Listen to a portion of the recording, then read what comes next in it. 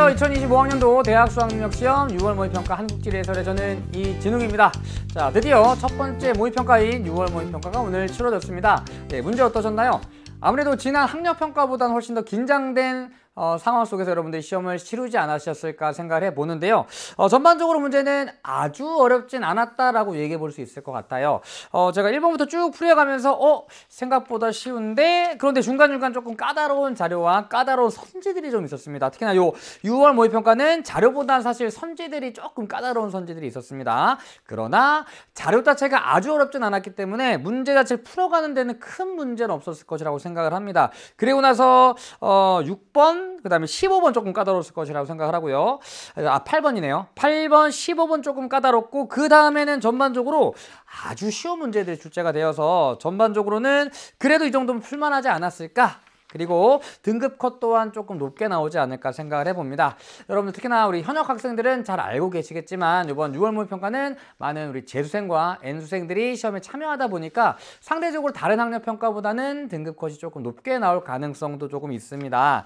자, 어쨌든 우리 이번 2025학년도 수능을 위한 첫 번째 모의평가였습니다. 이 6월과 9월의 모의평가를 통해서 평가원에서 올해 수험생들의 대략적인 능력 정도를 가늠을 해보고 그리고 그에 맞춰서 수능을 출제하게 되거든요. 그래서 제가 농담식으로 여러분들 수능이 쉽게 나오길 바라세요. 그러면은 모의평가 못 보세요 라고 얘기를 하기도 하거든요. 어찌되었건 여러분들에게 굉장히 중요한 시험이 됐을 것이라고 생각을 합니다. 그런데 이 6월달은 아직까지 수능 완성이 출간되기 전이기도 하고요. 또 여러분들이 수능을 향해 달려가고 있는 시점이기 때문에 실력이 아직 완성되지 않은 상태에서 문제를 풀이하신 학생들도 많이 있을 겁니다. 결국 우리에게 중요한 것은 수능이거든요. 남아있는 기간 동안 부족한 것을 잘 보완해 나가면서 수능에서 내 실력을 10분 발휘할 수 있는 그 능력을 갖춰 나가는 그 초석이 되었으면 좋겠습니다. 자, 그럼 오늘 1번부터 20번 문항까지 어떤 문제들 출제되었으며 어떻게 풀이하면 좋을지 하나씩 살펴보도록 하겠습니다. 얘기했듯이 전반적으로 8번, 15번이 조금 까다로웠고 그 외에는 아주 어려운 문항은 없었을 것이라고 생각합니다. 자, 그럼 1번부터 출발해 보도록 할게요. 1번은 전형적으로 1번에 많이 배치되는 우리나라 영역 관련된 문항입니다. 그리고 우리나라 영역에서는 사실 영해와 배타적 경제 수역 그리고 최근에 내수가 굉장히 많이 출제가 되고 있죠. 자, 읽어볼게요. 다음 자료에 관한 설명으로 옳은 것은 영해 및 접속 수역법이고 많이 보셨을 법한 자료입니다. 자, 1조는 영해 범위예요. 대한민국의 영해는 기선으로부터 측정하여 그 바깥쪽 12에리의 선까지 이르는 수역으로 한다. 그래서 기선으로부터 12에리까지 그게 여기서 나온 거고요. 또 바깥쪽 12에리의 선까지에 이르는 수역이라고 얘기했었죠. 그러면 이 12에리의 선이 영의 선이 됩니다. 여기에는 영의 기선으로부터 영의 선까지니까요. 결국 12에리 지점을 연결한 선이 영의 선이 되는 거죠. 자, 어쨌든 기역은 영입니다. 그리고 제2조는 기선에 대한 내용인데요. 1항은 영의 폭을 측정하기 위한 통상의 기선은 요건 통상기선 얘기합니다. 그리고 제2항 지리적 특수사정이 있는 수역의 경우 대통령령으로 정하는 기점을 연결하는 직선을 기선으로 할 수 있다. 1항은 통상기선, 2항은 직선기선에 대한 내용이죠. 그래서 1번 볼게요. 울릉도와 독도는 영해 설정에 직선기선이 적용된다. 아닙니다. 큰 섬, 울릉도, 제주도, 독도는 영해 설정에 직선기선이 아니라 통상기선을 사용하게 됩니다. 그래서 1번 옳지 않은 내용이에요. 다음 2번 통상기선의 설정에는 가장 낮은 수위가 나타나는 썰물대 해안선을 적용한다.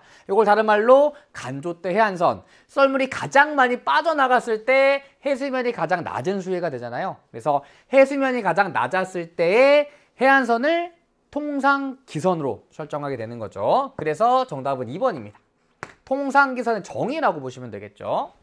다음 3번 디귿에서 3조는 내수입니다. 내수는 영의 폭을 측정하기 위한 기선으로부터 육지 쪽에 있는 수역을 얘기합니다. 그래서 직선기선으로부터 육지 쪽에 있는 수역, 직선기선과 육지 사이의 수역을 내수라고 하기도 하고요. 또 바꿔 얘기하면 통상기선으로부터 육지 쪽에 있는 수역을 얘기하기도 합니다. 물론 얘는 영해 및 접속 수역법이기도 하지만 그래서 일반적으로 내수는 호수와 같은 곳이라고 생각하면 됩니다. 호수. 그래서 내수는 여러 번 얘기했지만 우리나라의 영해가 아닙니다. 그러나 우리나라가 주권을 갖는 수역이긴 합니다. 그래서 내수에서 간척 사업이 이루어지면 영해는 확대된다. 아니죠. 내수에서 간척 사업이 이루어지더라도 영해는 변함이 없습니다. 이렇게 되는 거죠. 영의 기점을 연결한 직선 기선에서 12L을 뻗어서 영해를 설정하게 되고요. 그리고 이쪽에 육지가 있기 때문에 여기서 이렇게 간척 사업을 하더라도 영해는 변함이 없는 거죠. 그래서 한번 틀렸습니다. 다음 우리나라 영토의 최남단은 이어도이다. 자, 우리나라가 관할하는 곳 중에 이어도는 가장 남단입니다. 그러나 이어도는 영토가 아닙니다. 그래서 우리나라 영토의 최남단은 이어도가 아니라 마라도입니다. 이어도는 우리나라가 종합해양과학기지를 건설해 놓고 관할하는 곳이긴 하지만 우리나라 영토는 아니다. 다음 나는 배타적 경제수역은 영해 기선으로부터 요 영해 기선이 곧 기선이에요. 통상기선, 직선기선을 다른 말로 영해 기선이라고 얘기하기도 하고 아까 얘기했듯이 영해는 영해 기선으로부터 영해 선까지를 얘기합니다. 그 바깥쪽 200캐리까지의 선까지 이르는 모든 수역을 얘기한다. 아닙니다. 뭐가 빠지죠? 영해가 빠지죠. 기선으로부터 최대 200캐리까지 중에 영해를 제외한 수역이 배타적 경제수역입니다. 그래서 수역 전체가 아니라는 거. 정답은 2번입니다. 많이 나왔던 유형의 문항이기 때문에 그렇게 어렵진 않았을 것이라고 생각이 되고요. 2번 볼게요. 다음은 지도에 표시된 두 지역의 하천 지형을 나타낸 것이라 가나 지역의 지형에 대한 설명으로 옳은 것만을 보기에서 고르라고 합니다. 이렇게 두 개의 위성사진 또는 지도가 나왔다. 그런데 하천과 관련된 내용이다. 그럼 거의 기본적인 문제의 프레임은 감입공류하천과 자유공류하천의 비교입니다. 그런데 감입공류하천은 상류 구간에 발달하는 하도이고요. 또 자유공류하천은 하류 구간에 발달합니다. 그리고 감입공류하천 주변에는 하암당구가 잘 형성되고요. 자유공류하천 주변에는 대규모의 범람원이 발달합니다.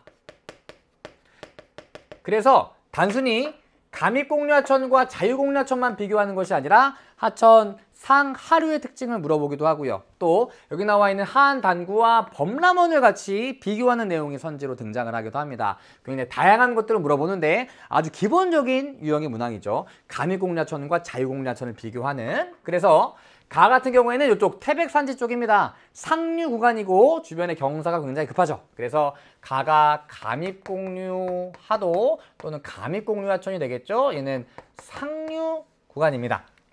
그러니까 A가 감입공류하천이 되는 거예요.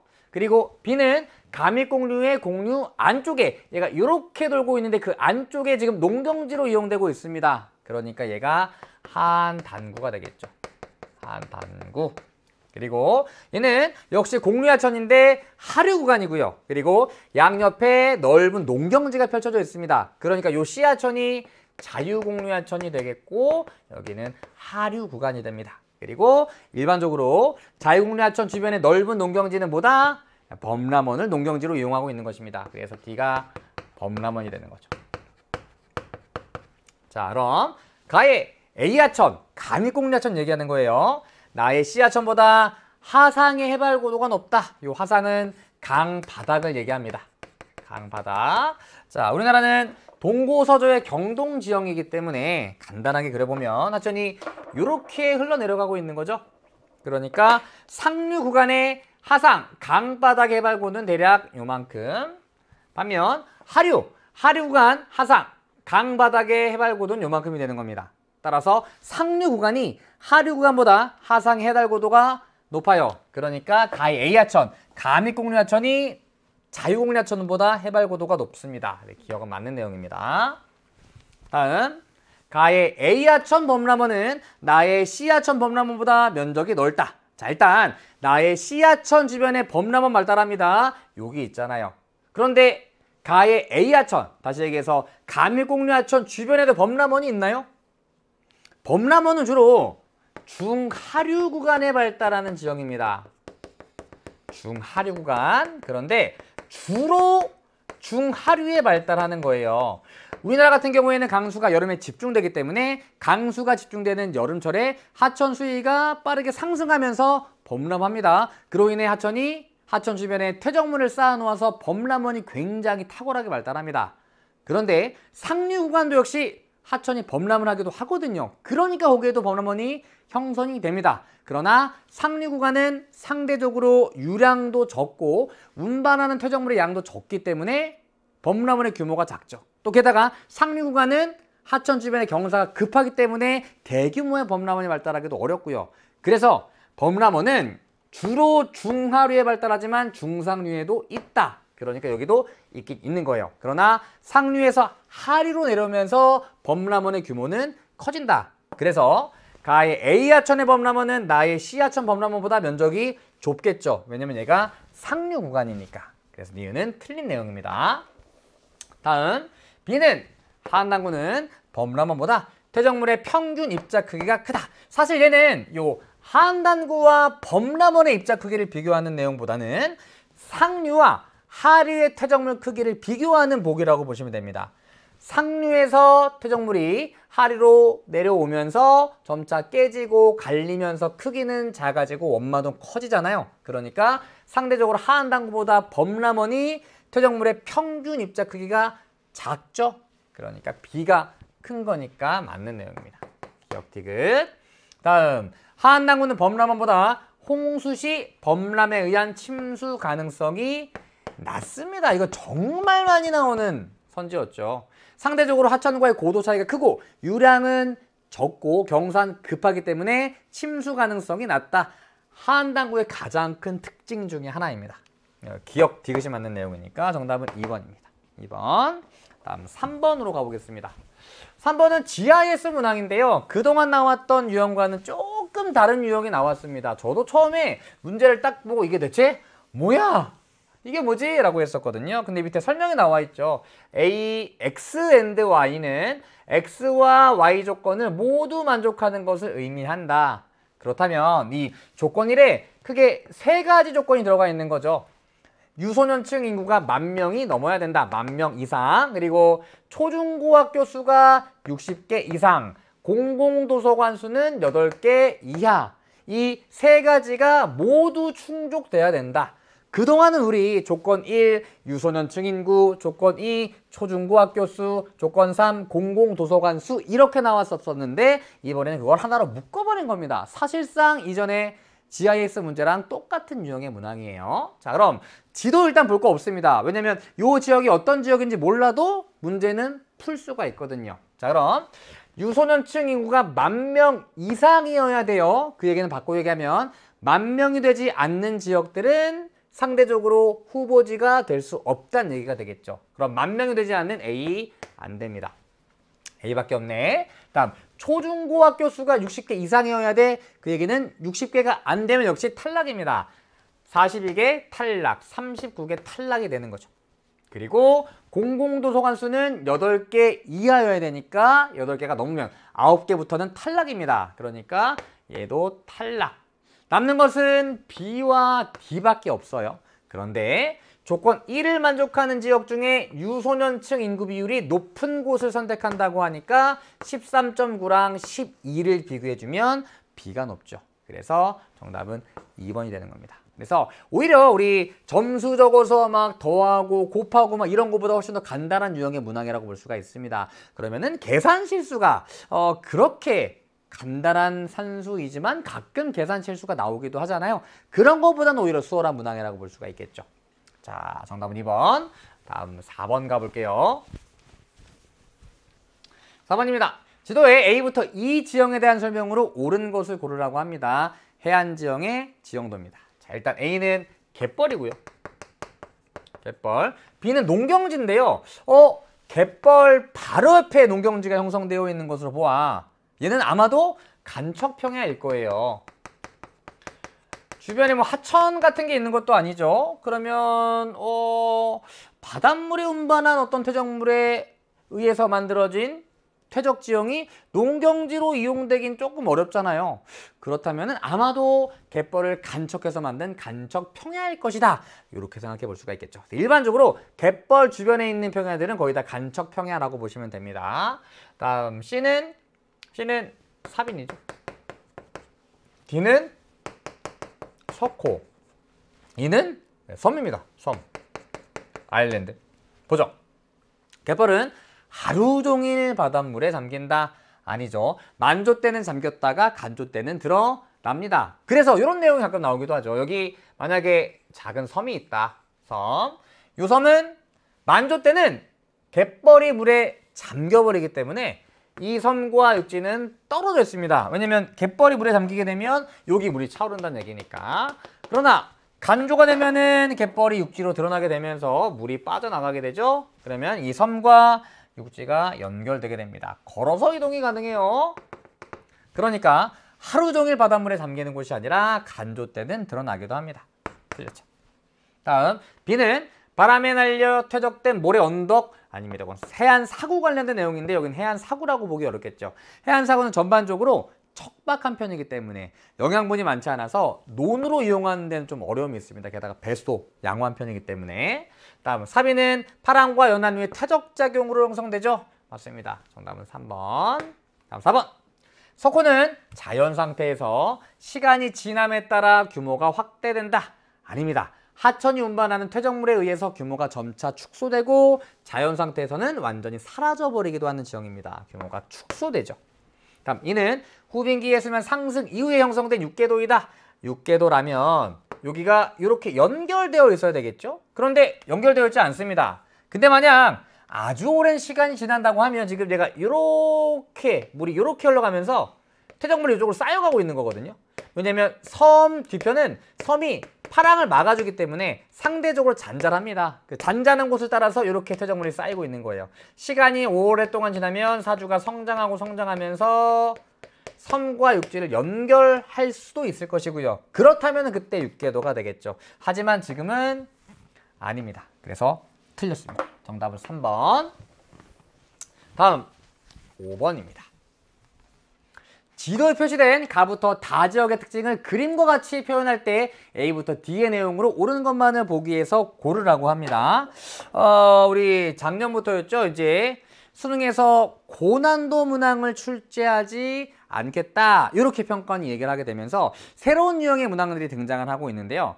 사실 그동안 지리에서는 출제되지 않았던 유형의 문항들이 나오고 있는데 제가 쭉 살펴봤더니 일반적으로 다른 과목에서 그동안 출제되던 유형의 문항들을 지리로 갖고 와서 출제하는 문항들이 늘어나고 있더라고요. 예를 들면 벤 다이어그램 같은 경우에는 윤리 쪽에서 많이 사용하던 자료였고요. 그 다음에 우리 예, 아니요, 예, 아니요 이런 거 있잖아요. 그거는 주로 일반사회 쪽에서 많이 나왔던 유형의 문항이더라고요. 그래서 최근에 이런 유형의 문항도 꽤나 나오고 있다. 아주 어렵다기보다는 조금 헷갈립니다. 차근차근 풀이하시는 게 가장 중요합니다. 일단 여러분들 벤 다이어그램이 무슨 뜻인지는 알잖아요. 여기 설명이 또 친절하게 나와 있습니다. 자, 왼쪽에 지도 볼게요. 가는 여기 서산에서 다시요. 태안에서 서당 다니는 아이가 천자문 외우다 세대 맞았다. 이고 얘는 서산과 당진 아래쪽에 여기 일대에 내포 신도시가 조성이 되어 있습니다. 그리고 가는 홍성이고요. 홍성과 예산 일대에 내포 신도시 조성되어 있죠. 그리고 세종 바로 동쪽에 충청북도 도청 소재지 얘는 청주입니다. 청주. 다음 충청북도의 북쪽 5개 지역은 정가운데, 충청북도 북쪽의 가운데 옛날에 중원경이라고도 불렸던 충주입니다. 그리고 그 왼쪽은 혁신도시 조성되고 있는 진천과 음성이에요. 나는 진천입니다. 자, 그럼 요 벤 다이어그램은 뭘 의미하는 거냐? 자, 가는 A만 다시요. A는 가에만 해당되는 특징. 그러니까 A는 홍성에만 해당되는 특징이 되는 겁니다. 다음에 C는 가와 다에 해당되는 거니까 C는 홍성과 청주에 해당되는 거. 다음 B는 청주에만. D는 홍성, 진천, 청주 모두에 해당되는 특징이 되는 겁니다. 자, 그럼 볼게요. 석탄박물관이 있는 곳 있나요? 석탄박물관은 태백, 보령, 문경이 있는데 여기는 없네. 얘는 셋 다 없어. 다음 국제공항이 있는 곳. 국제공항 어디 있죠? 국제공항 청주에 있습니다. 청주에 봉군사관학교 있고 거기에 또 청주국제공항이 있습니다. 얘는 청주에만 해당된다. 다음 도청이 입지하고 있는 곳 청주. 아까 얘기했듯이 충북 도청 소재지. 홍성은 내포 신도시에 충남도청이 있습니다. 그러니까 청주와 홍성에 해당됩니다. 다음 혁신도시. 홍성 내포 신도시. 내포 신도시에 혁신도시 조성되고 있습니다. 다음 진천 음성은 충북 혁신도시. 그러니까 진천에도 조성이 되고 있죠. 청주는 혁신도시가 없어요. 자, 그럼 니은은 B. 국제공항이 있다. 청주에만 해당된다. B 맞네요. 그렇죠? 그 다음에 A는 없습니다. 다음 C. 도청이 입지하고 있다. C는 홍성과 청주에 해당되는 내용이니까 얘도 맞아요. 다음 D는 홍성, 진천, 청주에 모두 해당되는 내용이어야 하는데 혁신도시는 홍천과 진천에만 해당되는 내용이니 홍성과 진천에만 해당되는 내용이니까 얘는 틀렸죠. 그래서 니은과 디귿만 맞습니다. 정답은 3번. 자, 그래서 홍성, 내포 신도시가 있다. 그리고 충남 도청 소재지. 이 내포 신도시가 또 최근에 혁신도시가 개발되고 있는 지역이기도 합니다. 이런 내용들 골고루 묻고 있는 문항이었습니다. 다음 페이지로 가서 6번 보겠습니다. 6번. 다음은 지도에 표시된 세 지역의 인구 관련 신문기사 내용의 일부라고 합니다. 가부터 다 지역에 대한 설명으로 옳은 것을 고르래요. 일단 지도부터 볼까요? 자, 지도에 이렇게 경기도인데 두 군데 나뉘어져서 지시선을 뽑아서 이렇게 표시한다. 얘는 안산입니다. 우리나라에서 외국인 숫자 가장 많은 곳. 다음 얘는 아까 있었네. 태안에서 서당 다니던 아이가 천자문에 오다 세종입니다. 여기는 이쪽 해안 쪽에 울진, 영덕, 포경입니다. 포항, 경주. 그리고 우리 여기 흔히 BYC라고 부른다 그랬었죠. B, 봉화라는 곳이에요. 봉화. 그래서 봉화는 촌락의 특징이 굉장히 뚜렷한 곳이고요. 최근에 인구가 많이 감소하는 곳. 다음 안산은 제조업 발달한 곳입니다. 특히 안산의 가장 중요한 키워드는 외국인이죠. 외국인. 세종은 특별자치시입니다. 그래서 정부 세종청사가 있다. 행복도시로 새롭게 조성된 곳이 세종이고요. 특히나 유소년층의 인구 비율이 굉장히 높다는 특징을 가지고 있습니다. 볼게요. 청년 비율, 청장년층이 아니라 청년이에요. 청년.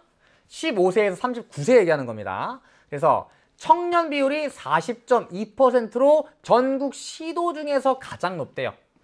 가는 15세 이상 인구 중 청년 15세에서 39세 사이의 비율이 40.2%로 10명 중에 4명이 15세에서 39세 사이에 포함된다는 얘기입니다. 전국 시도 중에서 가장 높다. 정부 기관 이전을 목적으로 이 지역은 유소년층의 인구 비율 또한 굉장히 높다. 어딘가요? 세종이죠. 세종. 다음 나는 제1차 인구 감소 지역 대응위원회를 열고 생활인구 확대 청장년 정착 촉진 방안. 청장년의 정착을 촉진한다는 것은 청장년이 너무 없나 봐요. 그러니까 청장년을 받아들이기 위해서 다양한 방안을 마련하고 있는 것이죠. 이 지역은 인구 소멸 위험이 큰 곳으로 대표적인 인구 과소 지역이다. 과하게 적은 지역을 얘기합니다. 어딜까요? 촌락의 특색이 뚜렷한 봉화가 되겠죠. 나는 봉화. 그리고 시군구 중에서 외국인 주민이 가장 많이 사는 곳. 여기는 외국인 주민이 가장 많이 거주하는 곳으로 외국인 주민 수가 10만 명을 넘어섰대요. 그리고 다문화 마을 특구가 조성이 되어 있다고 합니다. 그게 안산입니다. 안산. 자, 보죠. 세종은 봉화보다 중위연령이 낮죠. 중위연령은 노년층의 인구 비율이 높을수록 높아지는데 얘는 노년층의 인구 비율이 굉장히 높고 세종은 유소년층의 인구 비율 높고 게다가 청년 인구 비율도 굉장히 높으니까 중위연령은 얘가 낮고 얘가 높을 거예요. 다음 나는 가보다 인구 밀도가 높다. 자, 세종의 면적은 요만큼 그리고 봉화는 이만큼. 그런데 인구는 세종이 봉화보다 더 많습니다. 그래서 좁은 지역에 더 많은 사람들이 살고 있으니까 세종의 인구 밀도가 더 높겠죠. 다음 다는 가보다 유소년 부양비가 높다. 아닙니다. 특히나 세종은 유소년층 인구 비율이 굉장히 높기 때문에 유소년 부양비가 안산보다 높습니다. 다음, 안산은 봉화보다 지역 내 외국인의 성비가 높다. 자, 봉화 같은 경우에는 촌락이니까 아무래도 전체 외국인 주민 중에 결혼 이민자가 차지하는 비율이 높을 것이고 결혼 이민자는 상대적으로 여성의 비율이 높습니다. 그러나 안산은 제조업이 발달한 곳이고 이 외국인 주민들의 아주 높은 비율로 외국인 근로자들이 거주하고 있을 거예요. 그리고 외국인 근로자는 상대적으로 남성의 비율이 높아서 성비가 높습니다. 그러니까 안산은 봉화보다 외국인 성비가 높겠죠. 정답은 4번입니다. 다음 5번. 총인구는 다, 나, 가 순으로 많대요. 일단 세종과 안산의 인구를 비교한다? 어디가 더 많지? 모를 수도 있습니다. 그러나 확실한 것은 봉화는 인구 과소 지역이니까 봉화가 가운데는 아니겠죠. 무조건 봉화가 꼴찌가 돼야 됩니다. 꼴찌. 그런데 두 번째니까 얘는 틀렸죠. 참고로 안산은 60만이 넘고요. 세종은 40만 정도 됩니다. 38만 정도. 그래서 다, 가, 나 순서가 됩니다. 정답은 4번이에요. 다음 7번 보겠습니다.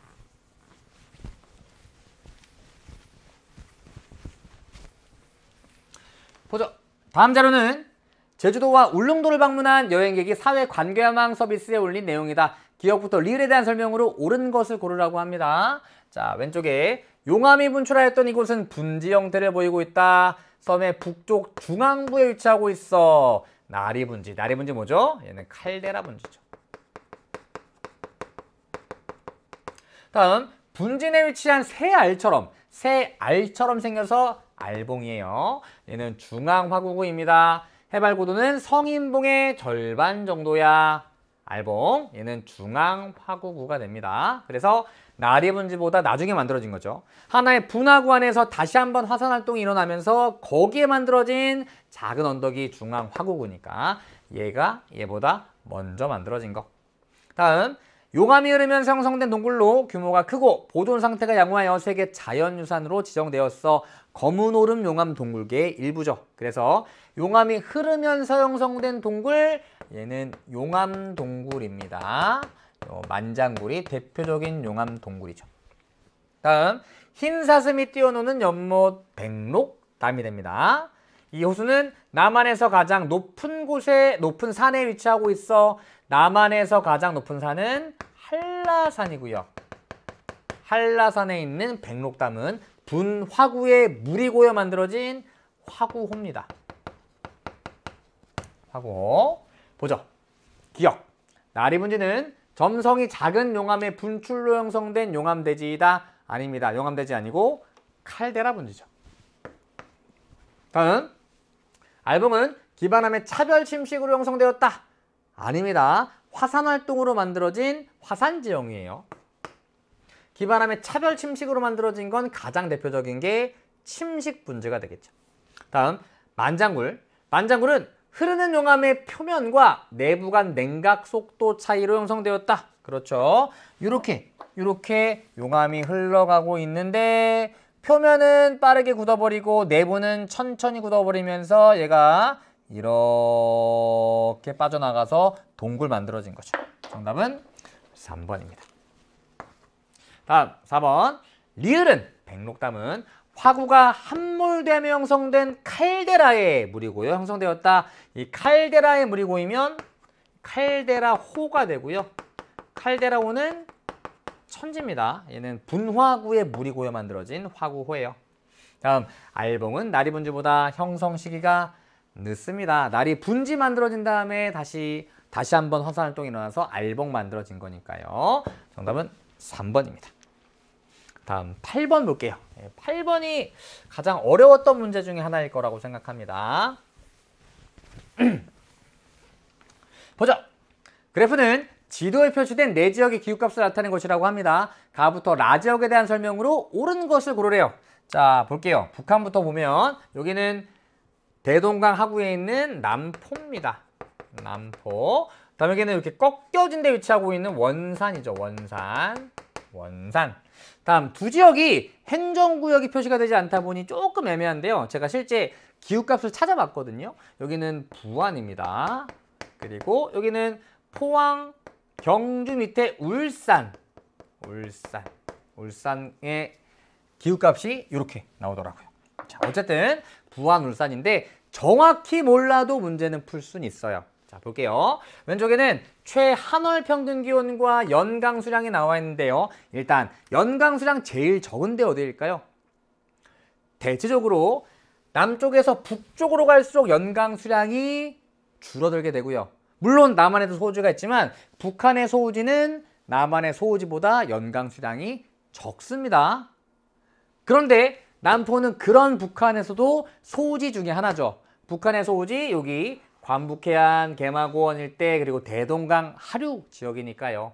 그러니까 당연히 북한의 소우지인 남포는 한반도 전체에서도 연강 수량이 굉장히 적은 곳일 거예요. 따라서 남포가 가나 다라 중에 연강 수량 가장 적은 나입니다. 나가 남포. 다음 다는 최한월 평균 기온이 가장 높은 곳이에요. 바꿔 얘기하면 겨울철에 가장 따뜻한 곳입니다. 아무래도 남포나 원산보다는 저위도의 부안이나 울산이 따뜻하겠죠? 그런데 얘는 서해안, 얘는 동해안. 비슷한 유도에서는 서해안보다 동해안이 최한월의 기온이 높으니까 울산이 가장 최한월 평균 기온이 높을 거예요. 그래서 울산은 다고요. 요게 울산이 됩니다. 자, 남아있는 것은 원산과 부안인데요. 일단 연강 수량은 큰 차이는 없습니다. 물론 가가 라보다 좀 많긴 하지만 그럼 연강 수량의 차이로 얘네들을 구분하는 것 같진 않아요. 최한월 평균 기온 봅시다. 물론 역시나 큰 차이가 나진 않지만 라가 가보다는 조금 따뜻한 편이죠. 그럼 원산과 부안 중에 어디가 더 따뜻할까요? 예. 물론 원산이 동해안에 위치하고는 있지만 그래도 부안의 위도가 훨씬 낮기 때문에 부안이 원산보다 겨울철에 따뜻해요. 최한월 평균 기온이 부안이 원산보다 높습니다. 그래서 가보다 최한월 평균 기온 높은 라가 부안이 되고 그리고 남아있는 가가 원산이 됩니다. 그래서 가가 원산 그리고 라가 부안입니다. 보죠. 원산은 울산보다 연평균 기온이 높다 아닙니다. 둘 다 동해안인데 울산이 훨씬 더 저위도에 있으니까 연평균 기온은 울산이 높을 거예요. 그리고 대체로 연평균 기온은 최한월 평균 기온과 비례합니다. 왜냐하면 최난월 평균 기온은 지역 간의 기온 차이가 크지 않기 때문에. 그래서 대체적으로 최한월 평균 기온이 높으면 연평균 기온도 높은 경우가 많이 있습니다. 다음 남포는 원산보다 여름 강수량이 많다. 자, 연강 수량 차이가 거의 2배 가까이 나고 있습니다. 그리고 원산은 북한의 다우지 중에 하나예요. 물론 원산은 격앙집이 높긴 하지만 그래도 여름강 수량이 더 많거든요. 그래서 여름강 수량은 원산이 남포보다 많을 거예요. 틀렸죠. 다음 울산은 부안보다 기온의 연교차가 크다. 위도는 비슷한데 얘는 서해안, 얘는 동해안이죠. 상대적으로 동해안보다 서해안의 연교차가 큽니다. 왜냐하면 서해는 수심이 얕아서 수온이 더 빨리 올라갔다가 빨리 떨어지니까. 그래서 다는 라보다 기온의 연교차가 작아요. 동해안이 작습니다. 서해안이 크고요.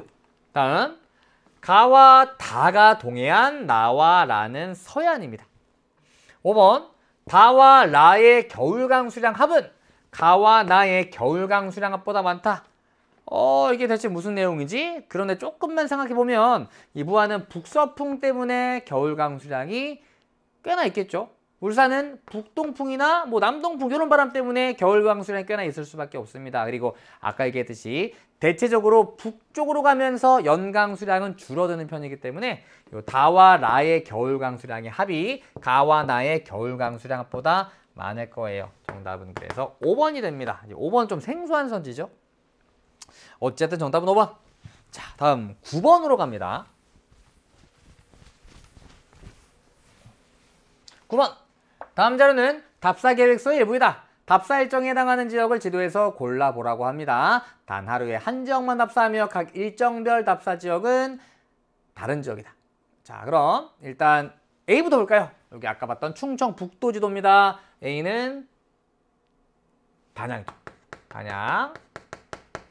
단양, 제천, 충주, 충주. 그리고 진천, 음성. 그 다음에 D는 행정구역이 다르죠. 여기 대전입니다.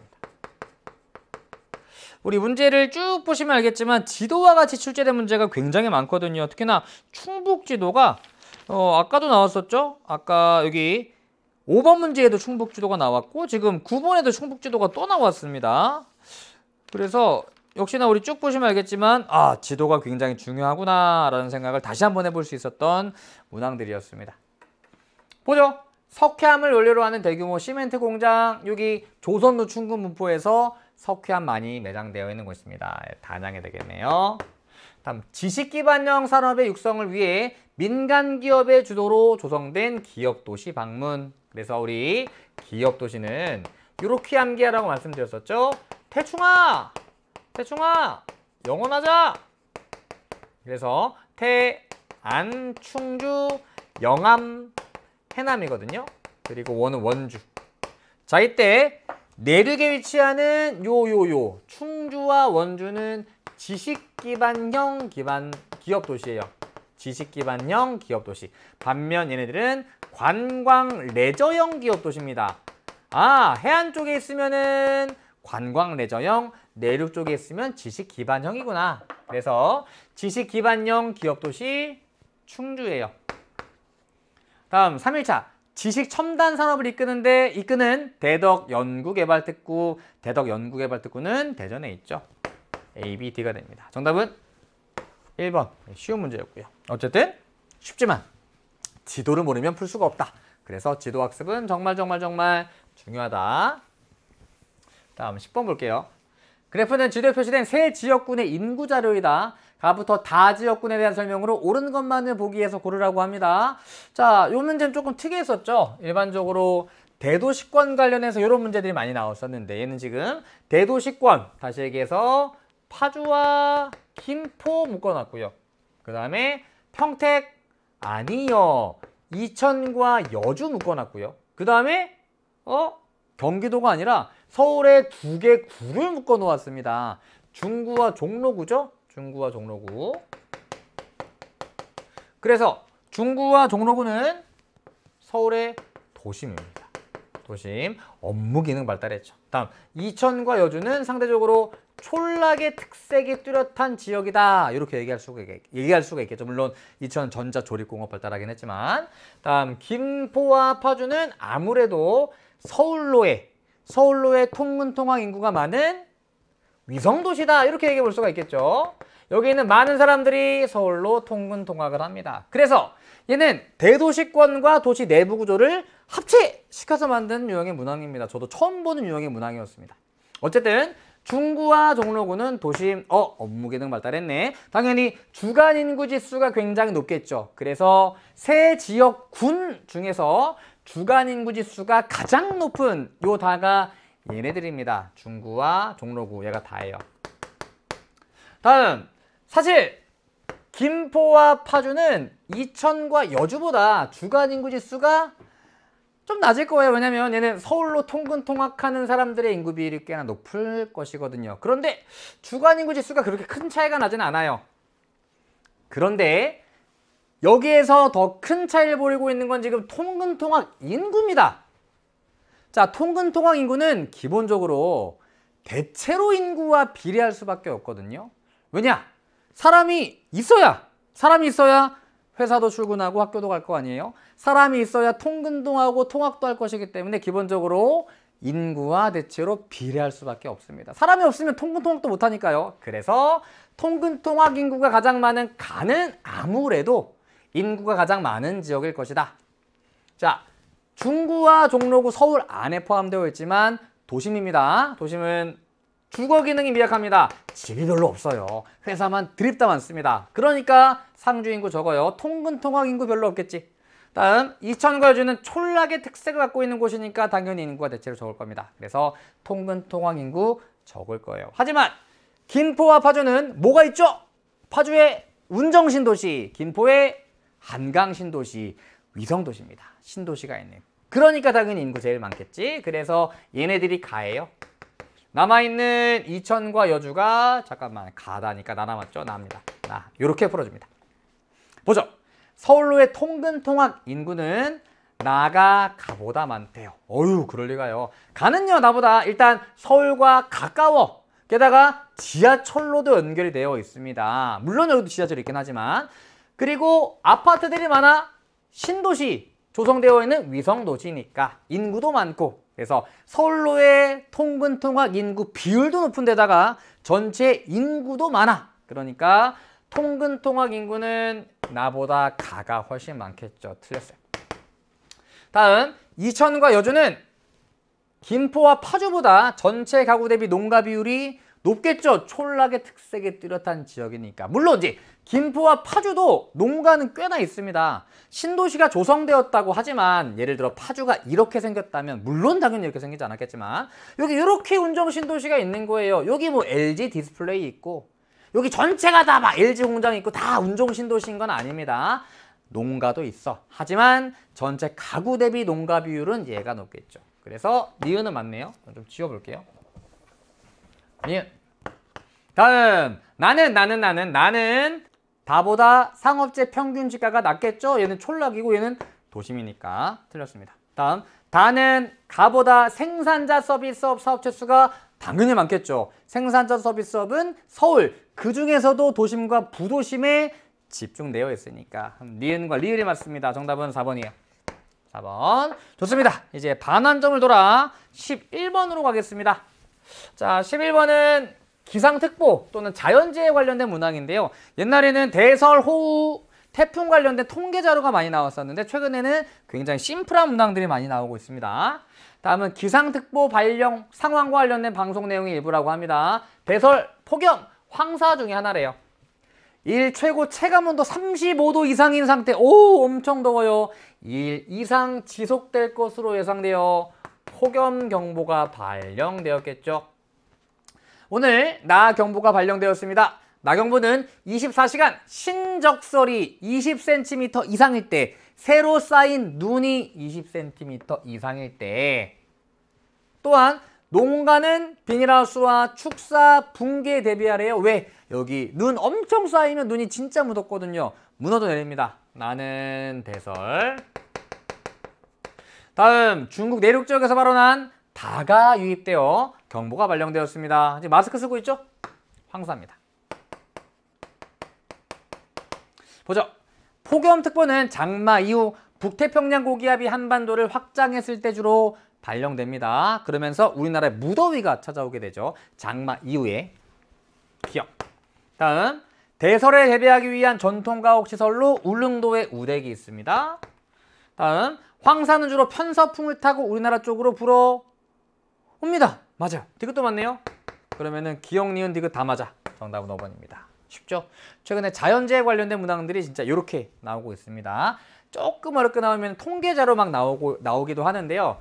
제가 아까도 얘기했듯이 최근에 이제 그 고난도 문항을 많이 출제하지 말자 이런 기조가 이어지면서 통계자료가 정말 많이 줄었습니다.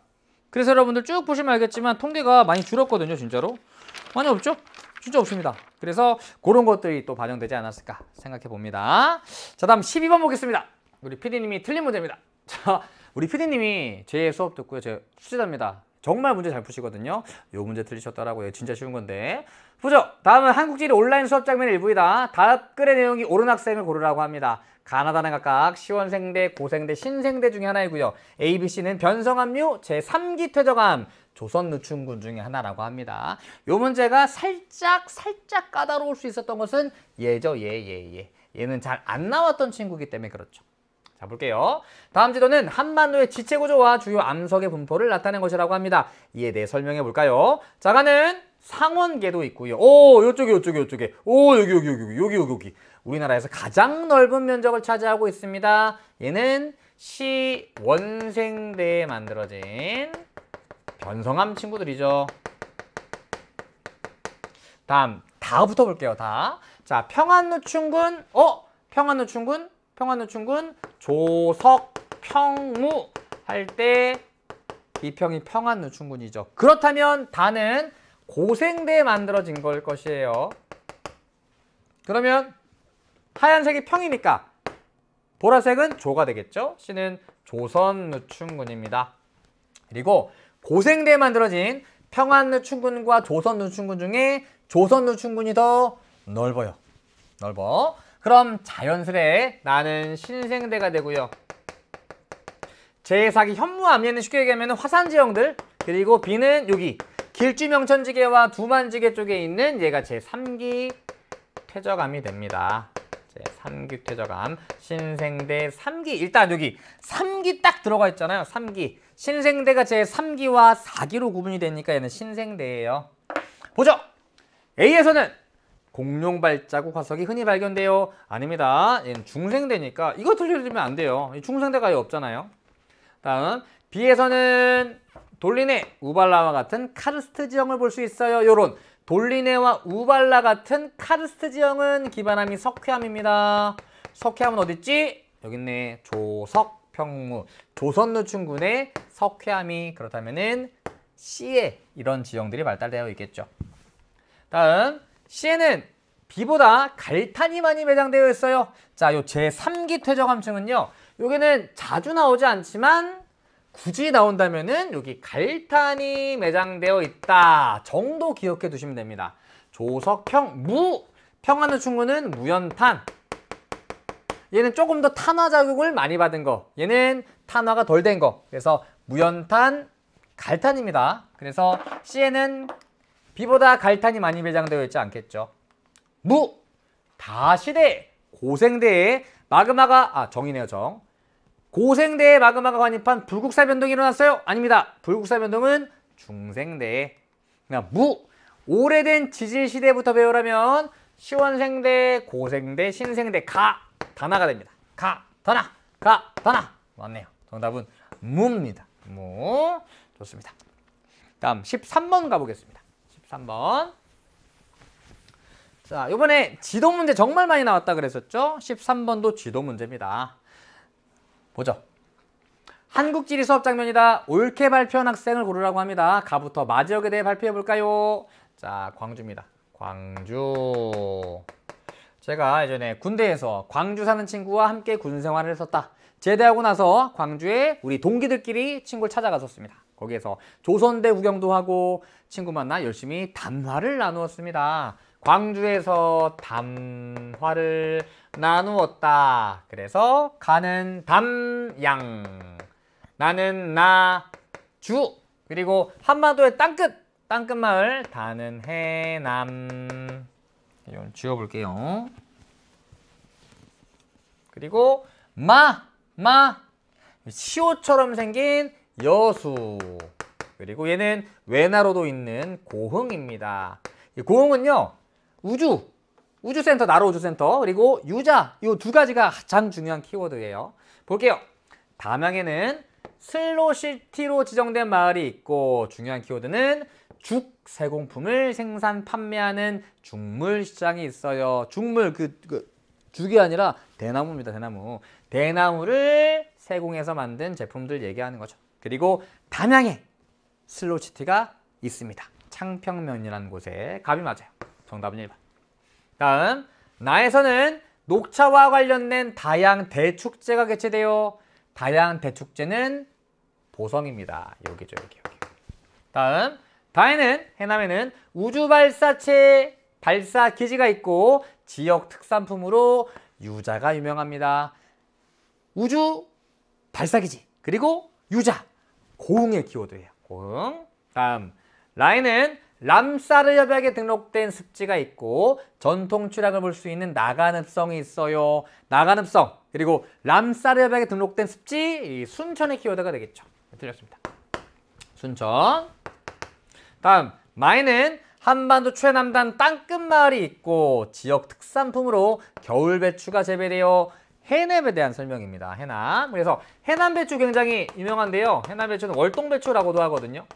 해남은 남부지역이라 겨울철이 따뜻하잖아요. 최한월 평균 기온이 높아요.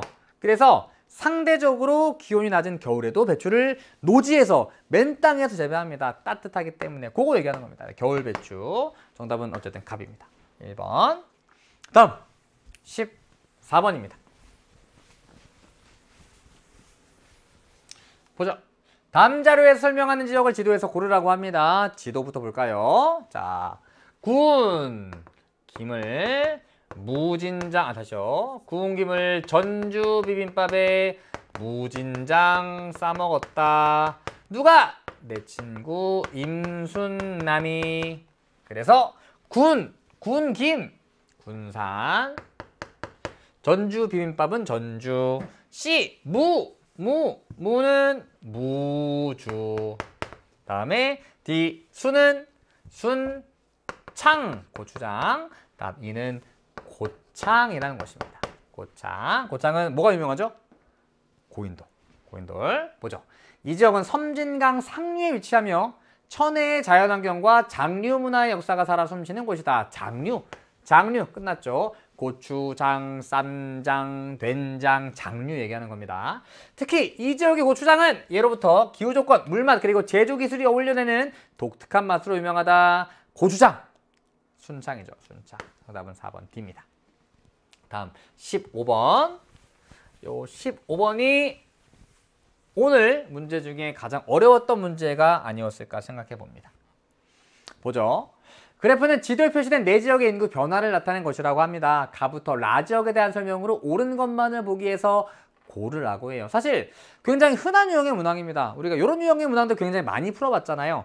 문제는 제시되어 있는 지역이 우리가 흔하게 봤던 지역들에서 살짝 벗어나 있다는 게 문제였습니다. 그래서 지역을 찾기가 조금 까다로웠을 거예요. 자, 일단 지도 보면 얘는 용인입니다. 용인. 얘는요, 연포탕을 가양동에서 먹었어. 양평이죠. 양평. 연포탕을 가양동에서 먹었어. 다음 강릉을 평정한 태삼이 할 때 강릉을 평정한 태삼이 평창 태백입니다. 자, 그럼 우리 강릉은 지워버리고요. 우리 일반적으로 이렇게 인구 변화와 관련된 문제가 나오면 큰 틀이 대도시, 신흥공업도시, 위성도시 또는 혁신도시, 그리고 촌락, 이렇게 일반적으로 문제가 나왔었잖아요. 근데 얘는 뭐야? 용인, 택지 개발로 인구가 빠르게 증가하는 곳이야. 인구 증가율이 굉장히 높아요. 인구가 100만이 넘어가는 곳이죠. 좋았어. 인구 증가율이 높구나. 그러면 용인은 갑니다. 눈에 띄게 누가 봐도 최근에 인구가 가장 빠르게 증가하는 곳이니까 인구가 빠르게 증가하면서 인구 100만 넘어선 곳. 문제는 여기죠. 양평은 촌락의 특색 갖고 있는 곳. 평창도 촌락이잖아. 태백도 촌락이잖아. 그러니까 일반적인 프레임은 이렇게 나뉘어져야 되는데 지금 비슷한 특징을 갖고 있는 지역들이 세 지역이나 나와 있다는 겁니다. 아, 뭐지? 자, 그런데 일단 태백은 어떠한 특징을 가지고 있느냐? 태백하면은 1980년대 말에 석탄산업 합리화 정책에 의해서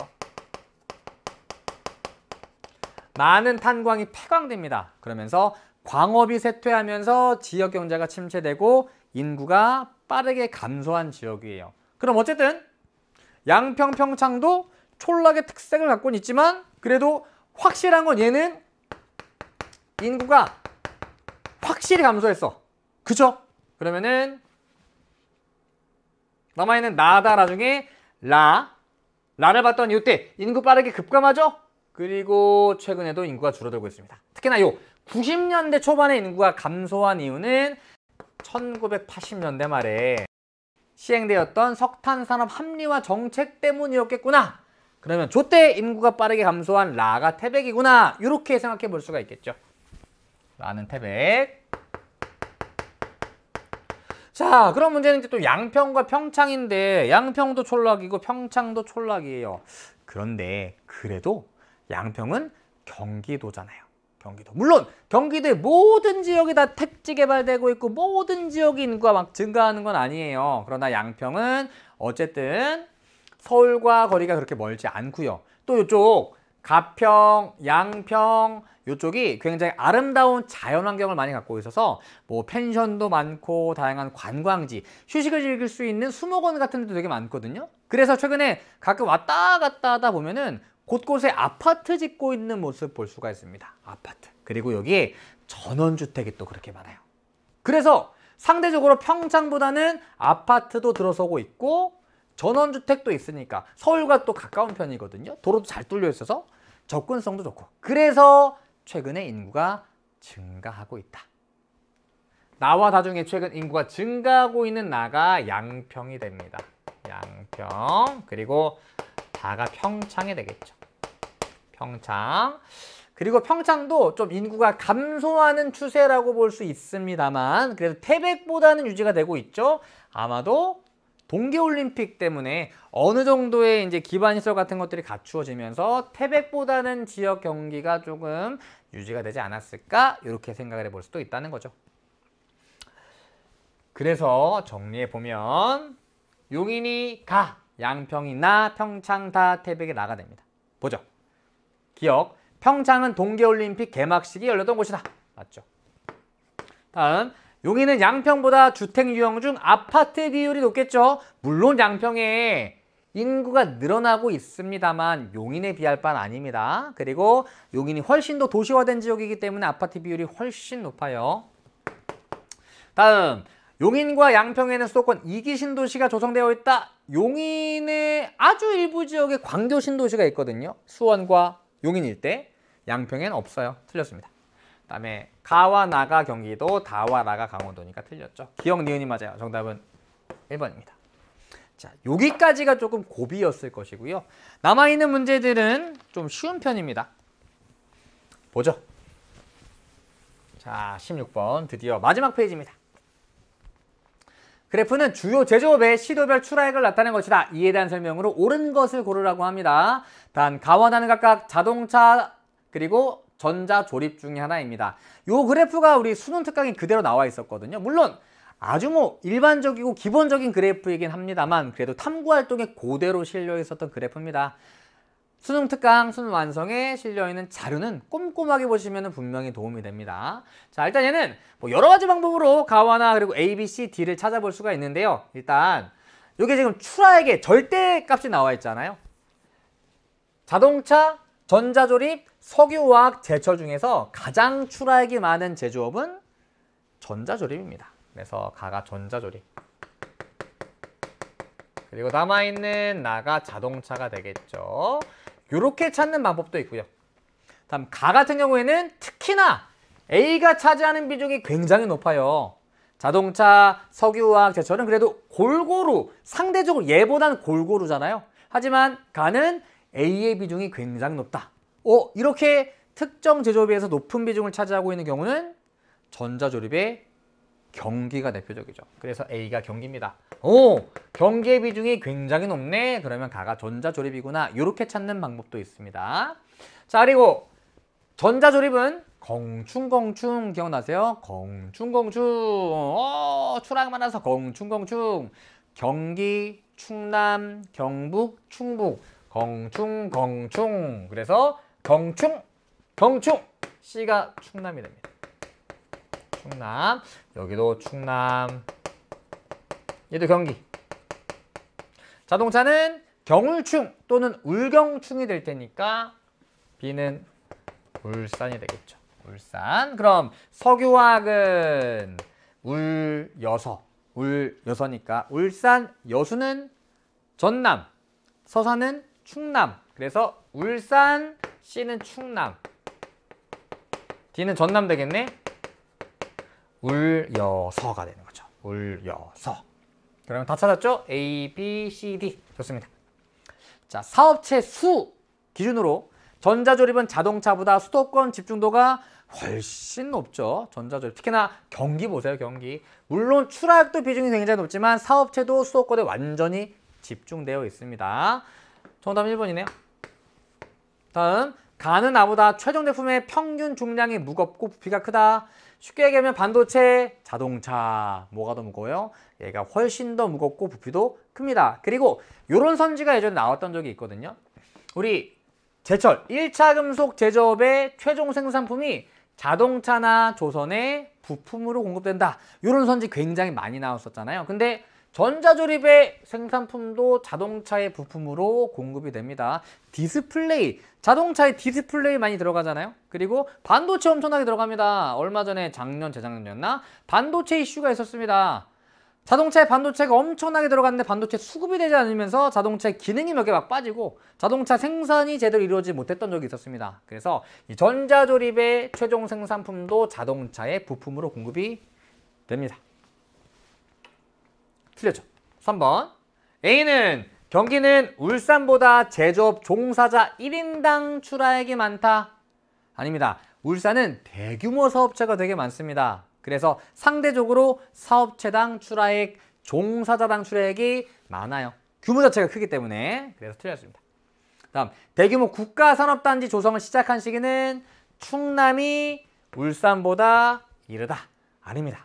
자, 울산을 비롯한 남동 임해공업지역이 먼저 국가산업단지가 조성되었고 제조업이 성장하였습니다. 그리고 이제 수도권과 남동 임해 중심으로 제조업이 성장하였기 때문에 이거를 타개보고자 서해안 그리고 충청권에 새롭게 산업단지 만든 거죠. 그래서 산업단지 조성 시기는 충남보다 울산이 이릅니다. 틀렸어요. 5번. C는 충청권, D는 호남지방. 그래서 틀렸네요. 정답은 1번입니다. 다음 17번. 17번은 농업 관련된 문항입니다. 농업도 최근에는 아주 까다로운 통계 자료가 나오진 않습니다. 보죠. 그래프는 세 작물의 시도별 생산량 비율을 나타내는 것이다. 가부터 다에 대한 설명으로 옳은 것을 고르라고 합니다. 단, 가부터 다는 각각 과실, 쌀, 채소 중에 하나라고 합니다. 가장 찾기 쉬운 거 다를 봤더니 경북 그리고 제주가 들어가 있네요. 경북과 제주, 귤, 한라봉, 천혜향, 레드향. 과실입니다. 과실. 참고로 얘는 생산량이기 때문에 우리 과수,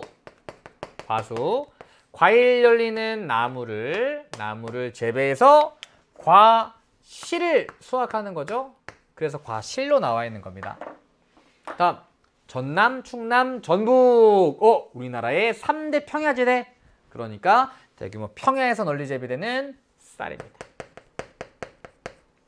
그리고 전남, 전북, 경남, 강원의 비중이 꽤 높은 가는 채소가 됩니다. 채소. 참고로 생산량은 채소가 가장 많아요. 1년에 여러 번 생산하고 무게도 무겁기 때문에. 그리고 종류도 많고. 그러나 재배 면적은 쌀이 더 넓습니다. 그러니까 재배 면적당 생산량은 채소가 더 많겠죠. 다시 재배 면적은 쌀이 더 넓은데 생산량은 채소가 많아. 그러니까 채소는 좁은 면적에서 더 많은 양을 생산해내고 있는 거니까 재배 면적당 생산량은 채소가 더 많습니다. 이런 것들. 생산량은 채소가 많지만 재배 면적은 쌀이 넓다. 보죠. 과실의 재배 면적은 제주가 가장 넓다. 아닙니다. 경북이 더 넓어요. 틀렸습니다. 다음, 채소는 주로 밭에서, 쌀이 주로 논에서 재배가 되죠. 두 개가 뒤바뀌었네요. 정답은 채소보다 쌀의 재배 면적이 넓다. 맞아요. 전남은 모든 도중에서 채소 생산량이 가장 많은 곳입니다. 그리고 쌀 생산량도 가장 많죠. 그런데 재배 면적은 쌀, 벼가 더 넓습니다. 다음, 강원은 채소보다 과실의 생산량이 많다. 아닙니다. 강원 같은 경우에는 전체 농경지 중에 채소의 재배 면적 비중이 꽤나 높은 곳 중에 하나입니다. 산지 비중 굉장히 높기 때문이죠. 다음, 가나다 중에 시설 재배 면적 비율이 가장 높은 곳은 과실? 아닙니다. 채소죠, 채소. 채소가 시설 재배, 다시 얘기해서 비닐하우스나 유리 온실 같은 거 가장 많이 이용합니다. 비닐하우스 안에서 벼 재배하는 거 본 적 있으세요? 거의 없습니다. 과실도 마찬가지고. 물론 제주도 같은 경우에는 하우스 감귤 같은 것들이 있습니다만 상대적으로 채소는 특히나 근교 농촌 지역에서 엄청나게 시설 재배 많이 하잖아요. 그래서 시설 재배 면적 비율은 채소가 가장 높습니다. 정답은 3번. 다음 18번 볼게요. 18번. 자, 18번 같은 유형의 문항도 조금 헷갈릴 수가 있죠. 자, 일단 지도부터 볼게요. 자, 얘는 울진이죠, 울진. 경상북도의 북쪽 구석. 그다음에 얘는 안동. 얘는 포경, 경주. 얘는 여기가 문경이고요, 문경. 문경 아래에 있는 A는 상주입니다. 상주. 꽃감 유명한데. 꽃감. 자, 먼저 가와라의 지명 첫 글자는 경상도라는 명칭의 유래가 되었대요. 경상도는 경주와 상주의 앞글자 딴 거잖아요. 그러면은 가와라는 누가 가고 누가 라인지 모르겠지만 어쨌든 A 아니면 D입니다. 다음 나와라에는 원자력 발전소가 입지해 있대요. 원자력 발전소 있는 곳은 어디죠? 울진 있고요. 그 다음에 경주도 있습니다. 어쨌든 나와라가 누가 C인지 모르겠지만 어쨌든 나와라는 C 아니면 D예요. 그런데 뭐야? 위아래 봤더니 첫 번째 거에 가와 라, 두 번째 거에 나와 라. 공통으로 들어가 있는 게 라고요. 공통으로 들어가 있는 게 D입니다. 그 얘기는 라가 D, 경주란 얘기가 되겠죠. 그럼 요게 D니까 남아있는 가는 자연스레 A가 됩니다. 가는 A. 그리고 요게 D니까 남아있는 나는 자연스레 C가 되겠죠. 나는 C. 남아있는 다는 B가 됩니다. 확인해보면 다와라에는 유네스코 세계유산에 등재된 역사마을이 있다. 안동의 하회마을. 세계 문화유산에 등재된 역사마을이죠. 경주의 양동마을이 있습니다. 그러면 여기도 B와 D가 되겠죠. 라가 D니까 남아있는 다가 B가 되는 겁니다. 이렇게 찾아갑니다. 정답은 2번. 다음 19번. 자, 19번도 최근에 많이 나오는 유형의 문항입니다. 아주 어렵진 않습니다만 조금 헷갈릴 수는 있어요. 볼게요. 다음은 신재생에너지와 관련한 신문기사 내용의 일부이다. 가나의 특징을 그림과 같이 표현할 때 A부터 D에 해당하는 질문을 보기에서 고르라고 합니다. 단, 가와 나는 각각 태양광과 풍력 중에 하나이다. 요건 가와 나는 쉬워요. 바닷바람을 이용한 제주의 해상 가단지가 성공적인 지역 상생 모델로 자리 잡고 있다. 바닷바람을 이용하는 거니까 가는 풍력이 되겠죠. 다음, 에너지 자립 실현을 위해 주택, 옥상, 지붕 등의 소규모의 나설비를 설치하였대요. 지붕 옥상에다가 풍력 발전기 설치하나요? 아닙니다. 주택 옥상 지붕에다가 아닙니다. 이거 태양광이다. 태양광. 자, 그럼 보죠. 자, A는요. 가와나 다시 얘기해서 풍력과 태양광 모두에게 맞는 설명이 들어가야 되는 거고요. B에는 풍력은 맞고 태양광은 틀린 거. C에는 풍력은 틀리지만 태양광은 맞는 거. D에는 둘 다 옳지 않은 내용이 들어가야 된다는 얘기예요. 그렇죠? 자, 그럼 볼게요. 강원권보다 호남권의 발전량이 많습니까? 풍력은 강원권이 호남권보다 발전량이 많습니다. 강원, 경북, 제주 이런 지역들이 풍력 발전량이 많으니까 그러면은 풍력은 안 돼. 태양광은 특히나 전남, 전북, 호남권의 발전량이 굉장히 많습니다. 그러면은 강원권보다 호남권의 발전량이 많습니까? 태양광은 OK가 되는 거죠. 동그라미. 다음 풍력과 태양광 총 발전량에서 차지하는 비율이 원자력보다 높습니까? 자, 총 발전에서는 일단 탄원하라 천석이를 기억나시죠? 자, 석탄이 가장 많고 원자력과 천연가스가 그 다음으로 많습니다. 꽤나 많아요. 물론 최근에 특히나 태양광의 발전량이 꽤나 빠르게 많아지고 있지만 그래도 원자력보다 총 발전량이 많진 않거든요. 그리고 풍력은 태양광보다도 발전량이 적으니까 얘는 둘 다 X예요. 풍력과 태양광 모두 원자력보다는 발전량이 적습니다. 다음 풍태 발전소 가동 시에 기상 조건에 영향을 받습니까? 풍력, 바람 세게 불어야 됩니다. 영향 받네요. 태양광, 당연히 햇볕이 쨍쨍 내리쬐야 되겠죠? 구름 끼거나 비가 내리면 발전이 어렵습니다. 받네요. 둘 다 오케이. 다음 대. 총 발전량은 겨울철이 여름철보다 많습니까? 네! 풍력은 겨울철에 많죠. 우리나라는 겨울철에 시베리아에서 강력한 북서풍이 불어오고 이 북서풍은 풍속이 빠른 바람이니까 그러면 풍력은 오케이. 반면 태양광은 봄, 여름, 가을처럼 상대적으로 일사량이 많고 일조량이 풍부한 시기에 발전량이 많습니다. 그러니까 태양광은 총 발전량에서 다시요. 겨울철이 여름철보다 발전량이 다시요. 겨울철이 여름철보다 많습니까? 아니란 얘기죠. 틀렸죠.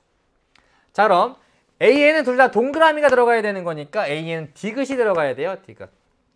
B에는 풍력은 동그라미, 태양광은 X입니다. 그러면은 리을. C는 풍력은 X, 태양광은 동그라미 들어가야 되는 거니까 기억이 되겠죠. 다음 얘는 둘 다 X야. 니은. 그러니까 A, B, C, D가 디귿, 리을, 기역, 니은. 정답은 5번 골라주시면 됩니다. 차근차근 풀어가셔야 됩니다. 안 그러면 좀 헷갈립니다. 자, 그리고 오늘의 마지막 문제. 보자. 다음 글은 우리나라의 국토종합개발계획에 대한 것이다. 기역부터 리을에 대한 설명으로 옳은 것을 고르라고 합니다. 쭉 한번 읽어볼게요. 정부는 장기적인 국토개발 정책 방향과 전략을 제시하기 위해 1972년부터 국토종합개발 계획을 시행하고 있다. 그래서 이 계획은 대규모 공업 기반 구축, 사회 간접 자본 확충 이러한 키워드 갖고 있는 70년대 거점 개발, 여기 1차 국토종합개발 계획이 되죠. 1차. 그래서 1차는 주민 참여가 강조되는 상향식 개발로 추진되었다. 아닙니다. 성장의 거점이 되는 지역을 하나 골라서 거기를 집중 투자하는 방식입니다. 누가 골라? 정부에서 집중 투자합니다. 그래서 상향식이 아니라 중앙정부에서 지방정부로 의사가 전달되는 하향식 개발로 추진이 됩니다. 거점 개발. 다음, 국토의 다액구조 형성과 지역생활권 조성에 중점을 둔 광역개발. 광역개발은 성장 거점과 균형을 절충한 방식입니다. 그래서 이건 2차 때죠. 2차 때. 2차 때. 요 시기에 도농통합시가 출범하였다. 자, 요 도농통합시. 그리고 서해안 개발. 요 두 가지는 몇 차의 키워드예요? 요거는 3차의 키워드입니다. 3차 도농통합시, 서해안 개발. 그런데 니은은 2차니까 틀렸어요. 다음, 수도권 집중 억제에 중점을 둔 1990년대 균형 개발. 거점, 광역 다음에 균형 등장했죠. 균형. 자, 요 시기에 경부 고속국도가 개통되었다. 아닙니다. 요건 이제 공업 기반을 구축하기 위해서 대규모 사회 간접 자본을 건설했던 1차 때 얘기입니다. 틀렸어요. 다음, 자연 친화적이고 안전한 국토공간 조성을 강조한 2000년대 이후의 균형 발전, 균형 개발. 여기서 개발이 빠졌죠. 발전으로 갑니다. 개발이 좀 자연을 파괴하고 환경을 오염시키는 좀 부정적인 의미를 담고 있다 그래서 개발을 뺐습니다. 여기도 이제 개발이 빠졌죠. 리을 시기에 행정중심 복합도시인 세종특별자치시가 출범하였죠. 그리고 요때 4차 때 혁신도시와 기업도시도 추진이 됩니다. 정답은 4번이에요. 자, 슬픈 내용인데요. 1차에서 2000년대 4차까지 오면서 전국에서 수도권이 차지하는 인구의 비율은 낮아졌다. 낮추고 싶었습니다. 그래서 수많은 정책을 가져오고 수많은 것들을 노력했지만 계속해서 높아졌고요. 그리고 현재는 전체 인구에서 수도권이 차지하는 비율이 50%를 넘어졌습니다. 그래서 틀렸습니다. 정답은 4번. 자, 여기까지 우리 2025학년도 6월 모의평가 한국지리 문제를 모두 풀어봤습니다. 자, 어때요? 제가 처음에 말씀드렸듯이 약간 까다로웠던 문제들 8번, 15번 조금 까다로웠을 것이고요. 중간중간 까다로운 선지가 있었지만 아주 어렵진 않았을 것이라고 생각을 합니다. 자, 어쨌든 처음에 얘기했듯 우리의 목표는 수능입니다. 이 6월 모의평가 토대로 내가 부족한 것이 무엇인지 하나하나 확인해 가면서 남아있는 기간 동안 우리가 뭘 해야 될 것인가 고민 많이 해보는 시험으로 삼으셨으면 좋겠습니다. 자, 고생 많이 하셨고요. 저는 또 좋은 강의로 여러분들 기다리고 있겠습니다. 남은 기간 여러분들이 수능에서 좋은 성적 거두실 수 있도록 좋은 강의 마련할 테니까요. 강의에서 만나요. 고생 많으셨습니다. 안녕.